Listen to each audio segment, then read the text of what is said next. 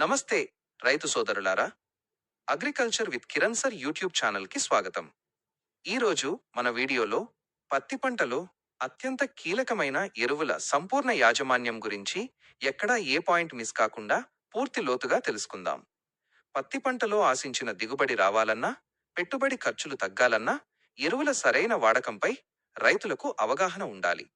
వీడియోని ఎక్కడా స్కిప్ చేయకుండా చివరి వరకు చూడండి. ఎరువుల సంపూర్ణ యాజమాన్యం. పత్తి పంటలో ఆశించిన దిగుబడి రావాలంటే ఎరువుల మోతాదు మరియు అవి వేసే సమయం చాలా ముఖ్యం. ఎకరాకు నికరంగా 48 కిలోల నత్రజని, 24 కిలోల భాస్వరం మరియు 24 కిలోల పొటాషియం అందేలా చూసుకోవాలి. దీనిని మనం మొత్తం 3 నుండి 4 విడతలుగా పంటకు అందించాలి. ఆ షెడ్యూల్ ఏంటో ఇప్పుడు నోట్ చేసుకోండి. మొదటి విడత. పంట తొలి దశలో అంటే విత్తిన 25 నుండి 30 రోజులకు ఒక బస్తా డిఏపి లేదా ఒక బస్తా 20-20-0-13 ఎరువును వేసుకోవాలి. రెండవ విడత. పంట విత్తిన 50 నుండి 60 రోజులకు కూడా మొదటి విడతలో వేసినట్లుగానే ఒక బస్తా డిఏపి లేదా ఒక బస్తా 20-20-0-13 ఎరువును పంటకు అందించాలి. మూడవ విడత.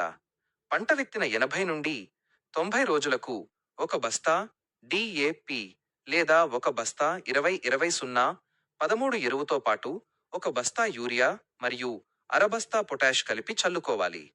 నాల్గవ విడత. చివరి విడతగా పంట విత్తిన 100 నుండి 120 రోజులకు ఎకరాకు 2 బస్తాల యూరియా మరియు ఒక బస్తా పొటాష్ను కలిపి వేసుకోవాలి. రైతులకు అత్యంత ముఖ్యమైన హెచ్చరిక. ఎరువులు చల్లేటప్పుడు చాలా జాగ్రత్తగా ఉండాలి. రసాయనిక ఎరువులు పొరపాటున పత్తి మొక్కలపైన పడితే, తక్కువ మోతాదులో పడితే ఆకులు, కొమ్మలు మాడిపోతాయి. అదే ఎక్కువ మొత్తంలో ఎరువులు మొక్కలపైన లేదా మొదళ్లలో పడితే ఆ మొక్క పూర్తిగా చనిపోయే ప్రమాదముంది. కాబట్టి ఎరువులను మొక్కకు తగలకుండా జాగ్రత్తగా నేలలో మాత్రమే వేసుకోవాలి. ముగింపు. రైతు సోదరులారా, పత్తి సాగులో ఎరువుల సంపూర్ణ మోతాదుల వివరాలివి. మన తదుపరి వీడియోలో పత్తి పంటలో కలుపును ఎలా నివారించాలో మార్కెట్లో దొరికే మందుల పేర్లతో సహా తెలుసుకుందాం.